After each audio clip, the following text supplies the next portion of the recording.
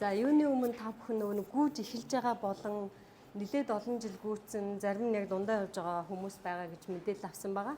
Тэгэхээр та нар ер нь нөгөө гүйхэд хамгийн чухал зүйлийг одоо чухал гэхээс илүү бие махбодынхаа юуг одоо эрүүл байлгая гэж хамгийн аль эрхтэн эрүүл байлгая гэж боддог вэ? Эхэндээ ер нь зөвөр би асуулт асууж байгаа та бүхнээс. Одоо за гүйж эхлэхээс өмнө ч юм уу эсвэл гүйж явахтаа тий одоо миний ямар эрхтэн илүү их одоо нөлөөлөх болоо гэж боддог вэ гүйхэд? Яг зөв штэ. Зарим нь зүрх гэж байна. За зарим нь бөөр, уушиг тий. За мэдээж бүгдээрээ хэрэгтэй. Гэхдээ бид нар бөөрийг дандаа мартдаг. За яагаад бөөрийг мартдаг вэ гэхээрээс би энэ дээрээс нэг зүйл харуул л да. За ингээ бидний дотор эргэтэн тий өмнө талаасаа ингээ харагдаж байна л да. За гэсэн чинь бөөр маань одоо энэ тий нарийн бүдүүн гиз энэ бүх зүйлд халахлагдаагүй нуруунд талд нэг хоёр жижигхэн зүйл байж байгаа. Грамм нь гэсэн чинь маш бага. За яадаг үг гэхлээрээс 280 хүртэл грамтай ийм жижиг эргэтэн. Тэгэхээр энэ биднэрт ямар их нөлөөлдөг юм бэ гэхээр одоо эхний ээлжинд та бүхэн ингэж бодож байгаа. Та нар зарим хүн ингээд за 10 хүн гүй гэж бодъё. Гүйгээд ирэхэд аруулаа харилцан адилгүй хөлөрцөн байдаг. Хөлс нь гарцсан байдаг. Харилцан адилгүй байдаг. Ямар хүн илүү хөлөрдөг вэ бид нар гүйж яхад ажиглахад? Таад юу гэж бодож байна? За тарган хүн илүү хөлөрдөг гэж бодож байна. Өөр зөв бэлтгэл сургууль муутай бол харин ч халтсан их хөлс задарсан байх юм шүү. Тэ? За гээд бодохоор сая би болохоор сая танай клубийн явагдсан 1 сараас эхэлсэн клубийн одоо гүйж суурийн аянд би анх гүйж эхлээд тэрийг дуустал таслахгүй явсан байхгүй юу. Тэв би юу ажигласан бэ гэхээр миний таньдаг болон тэгэл өдөр болгон гүйхэд янз бүрийн хүмүүс гүйж л байгаа. Нэг хүний би айгүй тод сандгийн маш туранхай. Тэгэл тэр өрөөсөө ажиглаж хахад заал нэг 10 тойрог багтал бүр шалган орцсон явж идэг. Тэгэл би за гэтээ бидний учрыг мэдж байгаа. За гэтэл бүр нилээд жин ихтэй. Тэгтээ хичээгээд байгаа хүн тэр хүн ерөөсөө тэгтлээ хөлс нь гарч ирэхгүй. Тэгээд дараа нь бүр тэр хүн өөр айгүй их давхарлаад ирсэн байсныг би бас ажиглажсэн. Тэгэхээр энэгээр юу хэлэх гээд байгаа вэ гэхээр бидний бөөрийн эрүүл эсэх байгаас шалтгаалаад хөлөрдөг байхгүй. Тэгэхээр та бүхэн хөлрөөл хөлсөө гаргаад байх сайн эсвэл муу гэдэг ойлголтын цаана нь бидний бөөр байж байгаа гэсэн үг байхгүй. Тэгэхээр гүйж эхлэхийнхаа өмнө хэрвээ гүйгээд аль хэдийн эхэлчихсэн бол хамгийн түрүүн бөөрөө шалгуулаарай гэж би хэлэх гэж байна. За тэгэхээр бөөр шалгаад гараад ирэхээр цаашаага юу болох вэ гэхээр бидний өнөөдрийн багшийн биднэрд өнөөдөр санал болгосон багш бол эрдэс гэж надад санал болгосон. Бачин багшаа та нөгөө эрдэсийн эмчээ эрдэсийн тухай ингээд гүйлтэй холбоод яриад өгөөч. Би илүү электролитийг ярих гэж байна. Яагаад электролит эрдэс хоёр ялгаатай вэ гэхээр хамгийн чухал нь электролит байхгүй юу? Тэгэхээр тэр бөөр маань бидний хүчин шилтийн тэнцвэртэй байдал усыг биеинд яаж төвшөнд навж явах гэдгийг хариуцж байгаа учраас бөөрөө эхлээ шалгуулах нь чухал болох нь. За бөөр шалгуулахаар бүгдээрээ ямар шинжилгээ өгөх юм? Юу үзүүлэх юм? Зөв штэ яг үнэ шээсний шинжилгээг өгнө. За улмаар мэдээж эхот харуулна. За цусны шинжилгээ өгнө. Дээрэс нь тэгэхээр ерөөсө ганцхан шээс шалгуулад орхичих биш. Хэрвээ гүйж эхэлж байгаа гүйж яваа бол та бүхэн яах ёстой вэ гэхээр шээсний шинжилгээгээ цусны дэлгэрэнгүй шинжилгээ биохимийн шинжилгээ гэдэг дээрээс кератинин гэдэг үзүүлэлтийг заавал үзүүлэх хэрэгтэй. Тэр кератинин маань бөөрийг маш сайн хянж өгнө гэсэн үг. Тэгэхээр эдгээрийг шалгангаа ерөнхийдөө миний бие ямар байгаа бэ гэдгийг эндээс гараад ирнэ. За тэгж шалгуулж авсан бол за энэ жил шалгуулсан юм чинь нэг 2 жил гайгүй гэж бодох ерөөсөө шаардлагагүй. Та бүхэн нөгөө актив хийж байгаа хүмүүс ахгүй юу? Жирийнээс өөр 7 хоногт 2, 3, 5 янз бүр гүйж байгаа тийм учраас наснаасаа бас жоохон хамаарад мэдээж 40 гарсан бол 3 сар юм уу 6 сар тутам шинжилгээгээ өгч хянуулж авах хэрэгтэй. Тэгээ шинжилгээгээр өөрийгөө хянаад байхад ер нь би яагаад юм гэдэг нь гараад ирнэ гэсэн үг. За тэгэхээр хөлрөөд байх нь сайн гэж зарим хэсэг хүмүүс нь баахан хөлөрж байна. Зарим нь одоо хөлрөх нь эсвэл туранхаа хүн байвал би ер нь хөлөрмөөргүй шүү дээ. Яа тэгэхээр би жингээ улам илүү алтна л гэж бодсон шүү дээ. Тэгэхээр тэр бүхнээс хойрол эхлээд бөөрөө шалгуулаа гэдэг энийг номерт нэгдүгээр хэлэх гэсэн. За дараагийн нэг зүйл болохоор одоо тэгэхээр ингэдэм байна л да. За энэ нэг тийм яг нөгөө аливаанаас нэг судалгаан дээр үндэслээд гэж ярьдаг. Гэхдээ яг жоохон уншиж үзлээ. Тэгсэн чинь энэ гүйлтийн марафонд оролцож байгаа тамирчдын дунд хийсэн судалгаанууд байгаа байхгүй. Гэхдээ холын зайд нь. За тэгэхээр яасан бэ гэсэн чинь нөгөө хүмүүсийг гүүхийнх нь өмнө гүүж ирсний 30 минутын дараа маргааш нэгээд 3 янзаар нөгөө энэ цэсний саяын миний хэлсэн шинжилгээнүүдийг хийж л дээ шээсний. За гэхэд яг үнэхээр бөөрийн асуудалтай хүмүүсийнх нь хөлсний алдалт маш их байсан. Түүнийгээ дагаад эрдэсийн алдалт маш их. Тэгэл цаашаа яваад өгнө. Угаасаа нэг юм доголдохоор бусдыгаа доголдуулаад явчихдаг шүү дээ хүний бие чинь. Тэгэхээр л нөгөө дотоод эрхтнүүдээ цааш нь бол балаа доголдуулаад яваад өгнө гэсэн үг. Тэгээд яг хуу амархан бас ийм юм байдгийм байна л да. Одоо энэ хүний гар дээр ингээд нэг лент шиг юм наацсан биз дээ тий. Тэгвэл энийг ер нь бид нар ашиглаж бас болох юм билээ. Наачаад ингээ гүүхээр би хэдэн литр хөлс алж байгаагаа үзэж. Энэ нэгэ гаргаж ирээд утсан дээр аппликейшн байж байгаа. Уншуулчингууд би бүр эрдэстэйгээ гараад байна. Эрдэс электролиттэйгээ гараад байна. За ингэж гүйлээ тийм хөлс алдлаа, тийм маа тэгж алдлаа. Тэгэд эндээ тохируулаад явж бас болох юм байдгийм байна. Гэхдээ энд яг би яг бодиттой хэрглэж үзчихсэн хүн бол хараагүй. Тэгэхээр ягаад энэ аки гэж юу хэлээд байгаа бөөрийн жижиг гэмтлийг хэлж байгаа. Тэгээ бөөрийн өрөвсөл ч юм уу, бөөрийн хурц өрөвсөл гэд бодчих. Тэгээ ийм гэмтэлтэй хүмүүс жишээлбэл гүүгээд ирэхдээ 2 литр хөлс алдсан байгаа байхгүй. Тэгээд харин тэр гэмтэлгүй бөөрийн гэмтэлгүй хүмүүс бол яг жирийн нөгөө эрүүл те гүүж хавцтай хэр зэрэг алдах ёстойгоо алдсан бол бөөрийн гэмтэлтэй хүн 2 литр. Тэгэхээр энэ жижигхэн ийм пад шиг юмд 2 литр хөлс нь наалтахгүй шүү дээ. Бидний биерээс гарч байгаа гүүх явцад гарсныг хэмжиж өгч байгаа байхгүй.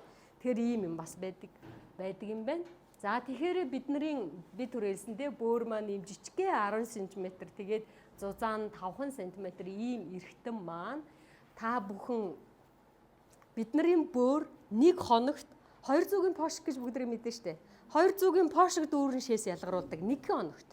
1 хоногт. Бидний биес хэд гардаг гэлээ? Өдөрч хэдэн литр шээдэг гэлээ бид нар? Хэд илээ? Ууснаас хамаарат 1.5-аас 2. За уухгүй гүрийгээ дэвэл угаасаа 1 литр шээ штэ тий. Тэгэхээр 24 цагт би одооноос эхлээд маргаашийн өдөө хүртэл би 180 литр штэ 200-ийн пошк шиг шээсийг энэ жижигхэн нөхөр үйлдвэрлэдэг юм байна. Тэгвэл түүнээс маш их хэрэгцээтэй биеийн хэрэгцээтэй зүйлсийн шимж абсорб хийсээр байгаа зөвхөн энэ одоо миний биеинд хэрэггүй маа. Энийг гаргаж олно гэснийг л гаргадаг юм байна. Тэр нь шээс ахна. Тэгэхээр ийм их ажил хийдэг энэ чухал одоо тэр нөгөө электролиттэй хүчин шүлтийн тэнцвэр хадгалах бидний дотоод орчин чухал үүрэгтэй энэ нөхрийг бид нар гүйж ахтаа хайрлахгүй бол ер нь бол болохгүй гэсэн үг байна. За тэгээд бидний бие махбод маш их амархан дасан зохицдог. Дороо дасан зохицчихно. Жохон өвдүүлээл ялгаруулаад гүүгээд байвал за угаасаа энэ нөхөр инхэл юм бэ. Одоо би дасан зохицдог. Бидний бие махбод үнэхээр гайхамшигтай дасан зохицолт бол хийж байна. Та нар мэдчихэ. Гүүгээд бид нар нэг 2 сар өвдүүлээл гүүгээд дахаар өвдсөөр гал зүгээр болчдөг тий. Би бас ууланд алхахтаа анх тэгсэн. Миний бүр өвддөггүй юм байдаггүй байсан. Нуруу өвдөг би бүр арай л би ч одоо нэг 70 60 80 хүн шиг гэж бодсон мөрд өвдөөл би алхаад хөлөө чирээл алхасаар байтал 6 сарын дараа дасан зохицчихж байгаа хэрэг. Тэрэн шиг ингээд өвдсөн чигээр нь дасан зохицуулж ерөөсөө хэрэггүй. Бөөрийг угаасаа бөөр чи эргэж яахгүй шүү дээ тий. Тэгэхээр энэ чухал эрхтнээ бүгдээрээ гүүхтэй бол ингэж одоо гамнаж хэлэх нэ.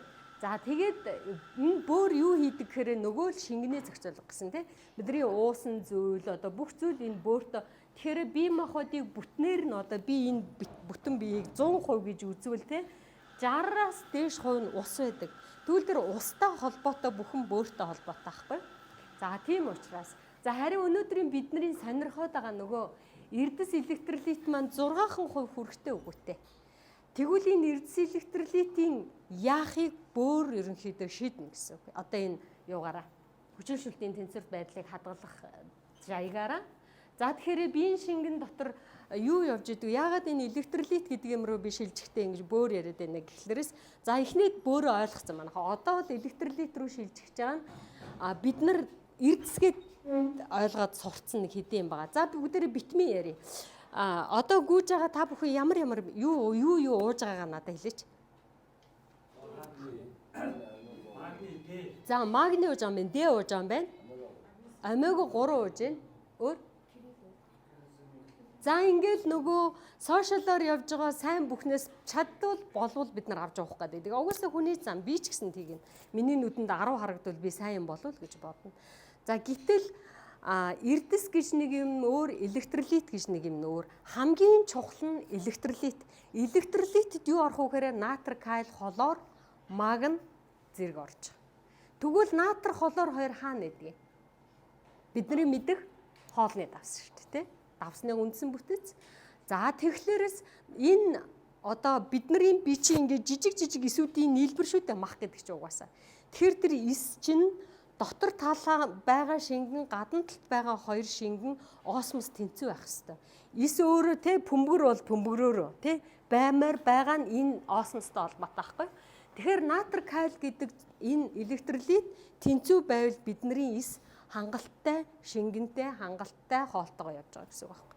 Тэгэхээр за энэ электролит нь чухал юм байна. За тэгвэл бидний эрдэс гэж яриад байдаг зүйлс болохоор өөр те нөгөө зис, төмөр гэд уугаад байгаа витаминуудын зүйлс маань орж эхэлж байгаа. Тэгэхээр витаминаас эхлээд манай одоо гүүж алхаж энэ биеийн тамирын те одоо актив хүнд дасгал хийж байгаа хүмүүс бол электролитийг түрүүнд тавих хэрэгтэй гэсэн. Тэр тийм хэцүү биш. Одоо жишээлбэл спорт дринк гэж байгаа, покери гэдэг байгаа тий. Бид нар мэднэ өөр чи юу гэдэг нэртэй байгаа юм лээ. Ямар ч байсан тэр болгоныг та нар ингээд юуг нь харахаар тэр спорт дринк дотор байгаа зүйлсийг ингээ харахаар л яг натр, каль, хлор нар л байждаг. Тэгэхээр энийг л одоо нөгөө эсийнхаа тэр осмос гадаа байгаа ионыг гадаа байлгаад дотор байгаа ионыг дотор байлгаад тэнцүүхэн байлгамаар байгаа гэсэн үг байхгүй. Тэгэхээр тэр усанд бол тэр одоо спорт дринк тийм л юм явж байгаа гэсэн. За тэгэхээр энэ сайн гинэгээд литрээр нэг уухтаа 100 грамаар нуух ерөөсөө хэрэггүй. Уухтаас учраа байгаа. Яаж явах вэ гэхээр нэг уухтаа нэг л балга гэж байгаа. Ямар ч юмыг. Усыг ч вэ, электролитийг ч вэ одоо аль ч юуг вэ нэг л балга. Тэр балга ус ороод шингээд дараагийн балга болтол зөвөөрөө явагдана гэсэн үг. Тэгэхгүй бид нар нөгөө бас бид нар ингэдэг штэ зөндөөл яжсан. Бүр үхтлээ халууцаад гүүгээд бүр шингэн дутагдаад бүр яг хэцүү болцсон үед бид нар уугаал байдаг баг 2 литрийг цэрэтэл уучаад тахт миний толгоо уул гэдэг те. Нөгөө яг цангаа тайлгж өгдгүү штэ. Тэр үед яадгүй гэхээр хэрвээ тэр үед бид нартэй мэддэгсэн байсанчлан боломжтой бол усан дотор баан дотор орж хөвтээд бие чихтэй юмар арчаад эренгүүт яах вэ? Нөгөө цангахаа болдог. Тэр нь яаж байгаа? Зөвхөн энэ ходоод руу цэрэтэл хийгээд тавьчихсан юм. Одоо нөгөө бөөр мөр маань янз бүр болгож бие рүү хөксөр идэл удаа штэ. Тэрэн дор шууд те нөгөө диссоциацаар нь шууд шингээж штэ. Тэ гих мэт ер нь бол эсийг тэгжил одоо электролитийн тэнцвэртэй байдлыг хадгална гэсэн үг байгаа. За тэгвэл цаашаа эрдэс рүү бол би өнөөдөртөө гинэ нэг удаан юм яриа хийхгүй л дээ. Эрдэс рүү бол бас нэг их ормооргүй байгаа. Яг нөгөө эрдэс бол жоохон болгоомжтой яадаг. За тэгээд эс дотор гадна байгаа шингэнүүд чинь бас цусны ихэнх хэсгийг те шингэн бүтээдэг, үений шингэн байна, зүрхний гээд энд жижиг байгаа газартаа энэ электролитүүд өөрөө юу хийж өгдөг вэ гэхээр гормоныг нь хэрэгцээтэй юмыг нь тээвэрлж зөөж авч байгаа. Нутришнийг хийж өгнө. Тэгэхээр ийм чухал гэсэн байна. За тэгээд сая миний хэлээдсэндээ эсийн дотор байгаа, гадаа байгаа нэмэх хасах цэнгүүдийг л тэнцүү байлгана гэсэн үг. Электролит гэдэг маань натр, каль, хлор, магний гэдэг үг маань гэсэн үг байна. Тэгэхгүй нэмэх хасах цэнийг тэнцүү байлгаад өгөө гэсэн үг байна. За тийм. Тэгэл эсийн гаднахыг натр, хлор, доторхыг каль хариуцаад ингэ нэмэх хасах цэнэгээрээ ингэж явж байгаа гэсэн үг байна.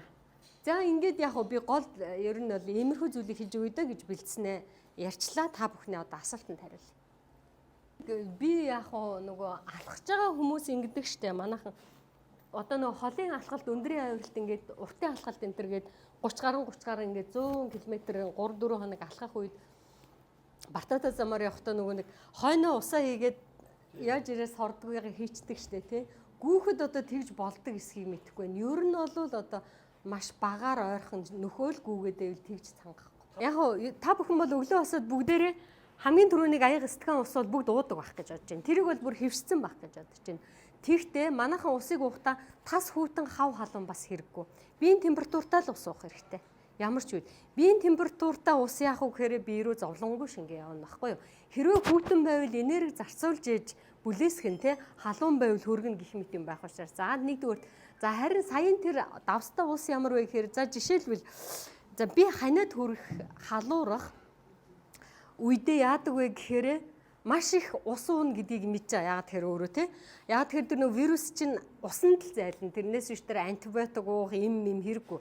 Их л ус уугаад байвал маш хурдан миний биеэс гарах байхгүй юу. Тийм учраас би их ус уух хэрэг гарч байгаа юм. За би жирэндээ 1.5 литр ус уудаг бол ханиад түрэхээр би 2.5-ыг уух гэдэг өдөржингөө. Гэхдээ би ямар ус уудаг вэ гэж байгаа. Өглөө босоод өдөржингөө уух усаа буцлагчаад тэрлүүгээ маш бага давс тэгээд маш бага зүгийн бал хийчих. Тэгээ одоо нөгөө амтаа өөрөө мэдэрч юм л да. Антагдаач байгаа юм шиг, үгүйч юм шиг нэг бид нар бүгд хорсоол уудаг штэ тий.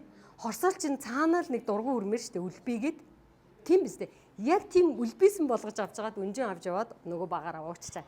Яг ч анхээр би нөгөө ханиадны вирусыг бие рүү орчихсан, эс рүү орж амьдарж байгаа тэр нөхрийг бошоохон шиг тэр орчингоор зайлуулах гэдэг гэсэн. Яг энэ шиг нөгөө нэг гүүх болон бусад үедээ ингэж ууул их зүгээр юм байлээ. Ер нь бол электролитийг л өөрөө зохиогоод хөнгөнөөр гэртээ хямдханаар хийчихэж штэ тий. Тийм гэсэн үг. Тэгэхээр давстаа ууж болно. Гэхдээ хитрхи шоргог биш. Яг нөгөө нэг хорсоолны амт шиг хийгээд ууж болно. Хажуугаар нь жоохон сахар эсвэл зүгийн бал. За сахар те глюкоз зүгийн бал фруктоз гэдэг мэдээ зүгийн балаа сонгосон дээр ах те. Тиймэрхүү гэж бодож байна. Би бол яг өөрөө тэгж боддог учраас та бүхэнд хэлж байна.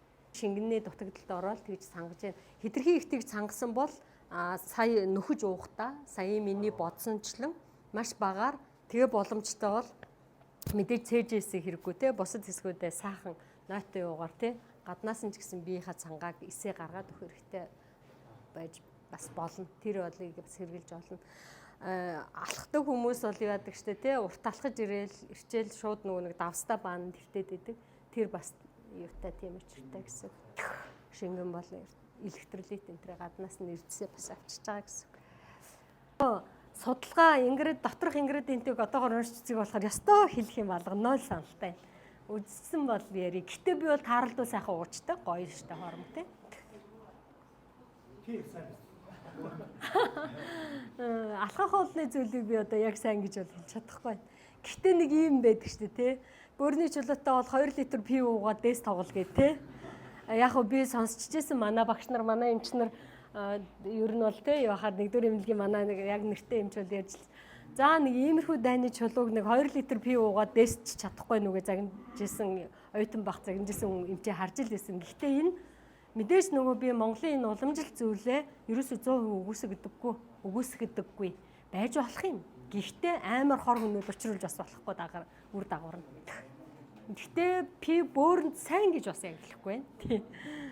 Биеийг хүчилшүүлэхгүй баймаар байна, шүвчүүлэхгүй баймаар байна. Гिचээл хүмүүс шээсний шаш шинжилгээг ерөөсөө өгдөг байхгүй. Шээсээр л гардаг байхгүй. Тэр хүчилшүүлт нь ямар байгаа нь шээсэн дээр л гарна. Өөр үзэх газар байхгүй. Тэгтэл биеийг жоохон шүлт хүчлэлэг тал руу ингэж одоо тэр шинжилгээ чинь нэг 4.8 юу 5 6.5-аас 8 гээд байгаа штэ. Тэрний яг бүр хооронд нь байвал их сайн. Одоо мэдээж хооронд нь нэрвлэн гівч бүр хооронд нь ахна штэ. 6.5 8.2-ын дунд нь гэсэн. Ингийн амархан зүйл бол үзэм те. Үзэм шүү. Тэгтээ бид нар үзмээ буруу хэрэглээд байдаг. За одоо би ч нөгөө өөрөө хоол зүйч биш ч би яг ярьж байгаа юм өөрөө хийж туршдаг юм ярьж байгаа болохоор гайгүй заяа. Үзмийг буцлагдаг штэ бид нар үгүй юм байлээ. За би кейстэй ярьчих. Одоо нөгөө кейс ярих дуртай хүн чинь төрсний дараа миний 2 хөл яг заан шиг болоод хавддаг байхгүй юу? Тэгээд үзэм ууж буулгая гээд нөгөө хавангаа буулгах гэдэг штэ би. Тэгээд залуу байсан учраас би тачкинд л буцалгаал уугаад байсан. Үзэм ерөөсөө буухгүйсэн. Тэгэнгүүт нь яаж уух хэвтан болоо уг нь им уучмааргүй штэ. Шээс өөх мөх зөндөө им байгаа. Тэгсэн мөрлөө би тэрийг уумааргүй л агаад байна л та. Тэгээд яасан гэсэн чинь үзмээ юм дээрээс уншрангуудаа үзмээ зүгээр сайхан угаачаад нөгөө варины шилний ёрооллын одоо шил ямар би тухайн варины шилнийхаа 3/1-д нь үзэм ичнэ. Одоо аягч вэ нү юу ч вэ? Яг савныхаа 3/1 юунд ч байсан.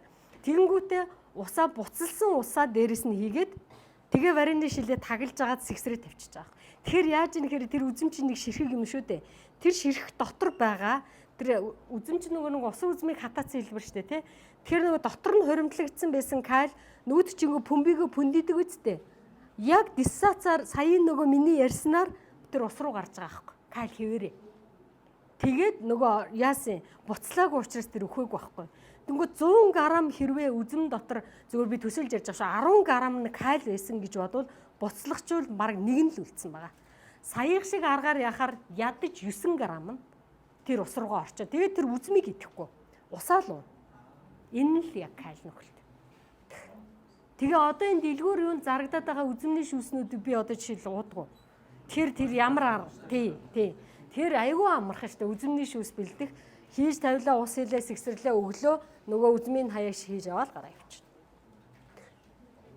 Шинжилгээ ч юм уу өгөлгүйгээр биеийн байдлаа шалгалгүйгээр сайн гинлээ гэсэн болгоныг битгий их угаарай л гэж яг зөвлөмөр байна. За одоо яг нөгөө нэг одоо мэрэгчлээ бүр орхиод хой хүнийхээ юм ярил л та. Ер нь би нөгөө аливаа юм битээ тас битээ хорь гэж ер нь боддог. Бүр хизээч гүйж болохгүй хориглоно гэж би одоогоор яг мэдэхгүй байна. Яг тухайн зүйлдээ тааруулаадгүй. Жишээлбэл хит тарган бүр 2 хөл маань явж лээвэл би одоо гүүхэхгүй маа гэхэд алах нь штэ тий. Тэр яг өөрийнхөө зүйл тааруулаад хөдөлгөөнийг бол бүр тас битээ хорь гэж үнэхээр одоо битээ хорьосоо гэж бас боддог. Угаасаа бас би ийм жишээ яаж байсан нөгөө Японд эмнэлэгт маш хүнд хаалганд орсон. Одоо бүхэл байж болох бүх амьсгал зүрхний бүх аппарат зүйлгээстэй гараас нь хэдийн юм зүйл баг ингээ өрөө дүүрэн юм зүрхсэн байгаа хүнийг хаалганд орсны дараа 24 цагийн дотор яаж ийгэж 2 хөл дээр нь босгоод алхуулж байгаа байхгүй. 2 3. Тэгэхээр энэ яаж байгаа гэсэн үг. Тэгэхээр бидний хөдөлгөөн ямар чухлыг энд би ойлгож ирсэн байхгүй. Хэрвээ бид нар байсан бол одоо бараг л ийм өрөө дүүрэн аппараттай юм чинь бараг юм босох байтгаа нүдээ нээхгүй байх гэж бодож байхад гэтэл үгүй байгаа. Яаж ийгээ босгоод гиз мэдсэн нээлттэй ингээ баахан гуурстай ах чи ингээд зогсож байгаа байхгүй. Босоод за 2 хөл дээрээ бүтэн зогс. За сууг яг энэ динамик хөдөлгөөнүүдээр хийлгээ суулгаад ингээ хөвтүүлж байгаа байхгүй. Өдөрт ийм дасгал хийлгэж гээд бодохоор энэ бол яалтчгүй би бол хөдөлгөөнийг тас хордог юм ер нь за инфаркт биш бол гайг байх гэж бодож байна. Гэтэ тас хордог ганц нэг юм байгаа. Энэ бол өвчин дээр бүр хүнд зүйл дээр яригдсан. Тэрнээс би тарган байна, би тэр өвддөг, би тэхэ болий гэхээсээ илүү тааруулах хэрэгтэй. Ачааллаа. Хичээл эхлэхэд орж ирээгүй юм шиг байна те. Тийм баг. Ер нь хамгийн чухал нь бөөр айгүй зөв ярьж байна. Тэгэхээр бөөр нь бол өвдсөн одоо гүйлтэнд хамгийн хүртэх хэрэгтэн бөөр гэд ярьсан сайн. Тэгэхээр бөөрийнхээ шинжилгээг заавал өг яг үнэн твэг тоглож байгаа юм шиг гүйлтчээ яг зөв ярьж байгаа бүхэн ч яг үнэн баггүй. Тийм учраас бөөр өвдсөн гэсэн. Цусаар шээтлээ өвдөн гэдэг чинь нэлээд хүндэрсэн гэсэн. Тэр өөр нь анзаараараа. Анзаарахаас илүү бүр явж үзүүлээд ямар ч байсан нөгөө мэрэгжлийн эмчтэй бүр тулж ажиллаараа гэж хэлмээр энэ өөрөө чинь. Тэгээ одоо бараг тэгж твэг тоглож цусаар шээж гүүж ингэсээр хагаад бөөрөө бол нэлээд одоо хэцүү дээр нь аваачаад гацаагаад дасгацсан байгаа бах та гэж бас бодож байна. Тэгэхээр ямарсан эмчлэхгүй бол эмчилгээ ямар тийм эмнэлгийн үйлчлэгээ бол авах заавал шаардлагатай. Тэг өөрөө ч тэгдэг өөрийгөө их чагнадаг. Одоо өөрийгөө мэдэрдэг гэсэн үг тий. Би 5 хооллох сайн гэд 5 хооллоод байхад өөр чи хэр зохимжтой байна. Нэг л хэцүү чихэлдэл байна уу? Эсвэл болвол идээд байхад өлсөөл байна уу? Айгүй сайн чагнаж авах хэрэгтэй гэсэн. Их үлсэлт бол угаасаа ойлгомжтой шүү дээ. Нөгөө нэг хурдан тий задардаг нүүрс усыг л хэрэглээд байгаа гэсэн үг шүү дээ. Цагаан гурилтаа, цагаан юм. Тэд нар ч л араасаа маш хурдан биднийг өлсгөөд байгаа шүү дээ тий. Тэгэхээр удаан барьдаг нүүрс усаа хэрэглээд яаж хоолж ямар вэ? Яг өөрийгөө чагнаад ер нь бол жоохон туршилт хийгээд авах хэрэгтэй өөр дээрээ. Энийг ингээд холиод идээд гүйл би хэр ядарч байна. Ингүүл би яаж юм гэл. Тэрхүү хүн болгоны бие физиолог өөр учраас тэрийг яг л өөрөө зохицуулах хэрэгтэй гэж бодож байна. Гэхдээ яг нөгөө яаж хооллох вэ гэж ер нь бол асууж байгаа юм байна шүү дээ тий. Тэгвэл би бол яг л өөртөө зохицуул. Тэгтээ багаар чанартай гэхээр амар үнэтэй биш тий. Орт сайтай хоол. Нэг удаа идж байгаа хоолны дотор дор хаяж 3 төрөл юм уу 7 төрлийг нэг ширхэг хушиг байлаач төрлийн өөрчилж штэ тий. Тэгэхээр чи айгүй энгийн штэ 7 хоног жонгоо нэг 100 г би нац самар авчаал хоолн дундаа тавиад идээд болно штэ. Ер нь бидний ингээд нэг жохон бодоод жижигхэн зохицуулчих юм байдаг гэж бодож байдаг ба. Кальц чинь нэг өөр, каль нэг өөр. Одоо миний сая ярьсан одоо электролит гэдэг дотор кали орж байгаа штэ. Кальц чинь өөр штэ тий. Кальц өөр. Тэгээ хоёр шал өөр юм. Тэр бол эрдэс. электролит рүү ороогүй. Тэгэхээр чин кальцийг бас тийм өндөр тунгаар их уух юм. Ер нь хамгийн нэг номерын за жишээлбэл үнэхээр уумаар байвал уух юмнууд чи ерөөсөө л юу шүү дээ. Витамин D тий. За тэгээ үнэхээр одоо өдөр 7 хоног 5 бэлтгэл хийдэг бол сая багш хэллээ шүү дээ. Магнуудаг гэж байна тий. Гих мэтгээл витамин D-гээ тэгэл хамгийн чухал нь энэ одоо эрдэс витамин идэхээс илүү хоол айгуу чухал шүү дээ тий. Хоолороо л бүгдийг нөхөх хэрэгтэй. Тэгэхээр хоолоо л айгуу сайн одоо сонгож идэх хэрэгтэй гэсэн үг. Тэгэхээр ямар витамин ямар юунд байдгүй гэдгийгээ сайн үзэж байгаа л тэгэл хоолоор угаасаа нөгөө хоол боловсруулах замаар нүдэнд харагдаж, гарт баригдаж, ам руу орж ажиллагдаж, улаан хоолоогоор дамжиж ингэж явах замдаа тэр бүхэн чинь хэрэгцээтэй бусад фермент юмнуудаа маш их ялга. Витамин эрдэс нэг юм ам руугаа шидлээ шууд ходоодны оролд очлоо задарлаа явж байгаа шүү дээ.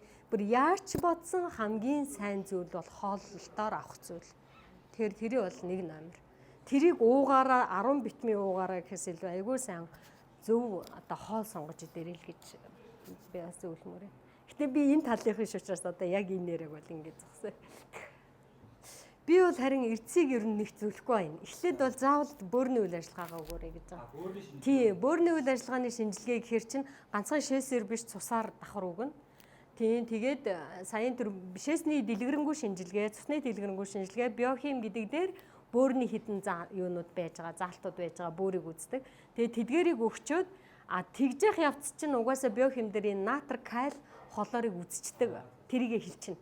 Тэгэхээр яг уу эрдэс гэхээр одоо нэг яг уу хүмүүс нөгөө харилцан адилгүй учраас одоо намайг юу гэж нөгөө нэг хэрвээ тийм юм хийдэг хүн байвал буруутгах чинь гэж битгий одоо нэг юм гараараа дараад цус гарахгүйгээр эрдэс үзээд ийн гэдэг нэг энэ тэнд юм байна да. Одоо бүх эрдсийг чинь нэг өндгөөр чинь дараад үзээд үгүй эсвэл хөлний чинь улаар үзээд үгүй гээд та тэрийг харсан уу? Би бол одоо яг уу эмчнийхээ хувьд тэрийг бол би хэрвээ надаас авгүй би тэрийг өгөхгүй. Яагаад тэгэхээр миний цусан дотор явж байгаа саяхан хараад би өгнө гэсэн үг. Тэгэхээр яг та бүхнийг бас яг тэгээсэй л гэж бодож байна л да. Цусныхаа шинжилгээг, шээснийхаа шинжилгээг өгөөд тэгээд яг тийм нэг дотрын нэг эмчтэй яг өөрөө ярилцаа тийм би ингэж гүйж байгаа хүн ийм маа. Миний бөөр зүгээр байна уу? Ингээд одоо эрдэс гээд ярьж заншсан юм чинь тийм натр каль толоор маань ямар байна гэ. Тэгээд ингээд үзээд хахад угаасаа байх ёстой хэмжээндээ байна, тийм юм байна гэд хэлээд өгнө гэсэн үг. Тэгэхээр ер нь л бол гүүхийнхаа одоо тийм холын юундынхаасаа гүүхээсээ өмнө өвчгöd тун гимгүү гэж бодож байна.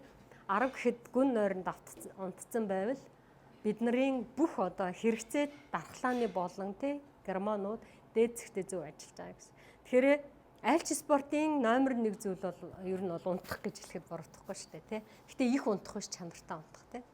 Одоо сая би яг өөр дээрээ харлаа нөгөө гүйд сурыг ороод за нөгөө нэг 4 босно ш заримдаа 3:50 босч очиж штэ тэгээ нөгөө өдрийнхаа бүх хоолыг би хийж авч явдаг хүн байхгүй юу. Нөгөө хоолнуудаа хийж авч явна. Тэгээд гэр бүлийнхаа юмыг цэгцлэн те өр хүүхдүүдийнхээ хоолыг бэлчээд тэгээд нөгөө ажлынхаа юмнуудыг аваад очоо гүйчээд ажил руугаа очиод ингээд амьдрал үргэлжлэх учраас тэгээд би эхний яг 2 удаагийн бослолтон дээр ерөнхийдөө бол би 5 босдог хүн. Гэвч би ингээд цаг 30 минутын өмнө юм уу цаг 10 минутын өмнө босч эхлэхэд дараа оройн ингэдэм байлээ. Би тэрийг юус анзаараг байсан. Хүн ингээд нөгөө 8:16 гэж ээлж байдаг штэ. Бид нар одоо совилогчийн альч цаг тэр айгүй ухаантай юм байна гэж би бүр бодсон. Хүн яг ингээ 16 цаг сэрүү яваал үнэхээр их ачаалттай байсан бол шууд унтдсан байлээ. Тэгээ би өглөө 4-д сэрсэн чинь өдөөс хойшийн 4 ажил тараг багт миний нойр хүрээд унна нэстэ тий. Одоо ихний ачаалттай үедэд тэгээ би гайхажсэн. Тэгээ гүрий саргаал орой 20 цагт унтчихсан 8-д. Тэгэхээр тэр орой эрт унтаад өглөө эрт босоод явах үнэхээр ямар өндөр одоо биеинд ч хэрэгтэй оюуны бүтээмж ч өндөр байдгийг бол нэстэ биеэрээ сая хэд хоног амсан. Тэгээ багштай бүр талархаад яагаад өнөөдөр би энэ зогсоолсон гэхээр тэр сургалтыг дуусгаад би багшд талархаад бас нэг анагаахаа чиглэлийн номыг багшд өгөөд тэгтэл багш ингээд байна. Өө та тэгвэл манай дээр ирээд яриа гэдэг гэж ингэж яасан байгаа. Тэгээ багштай талархсан сэтгэлээ илэрхийлж яваа нэгэн шавь байгаа шүү.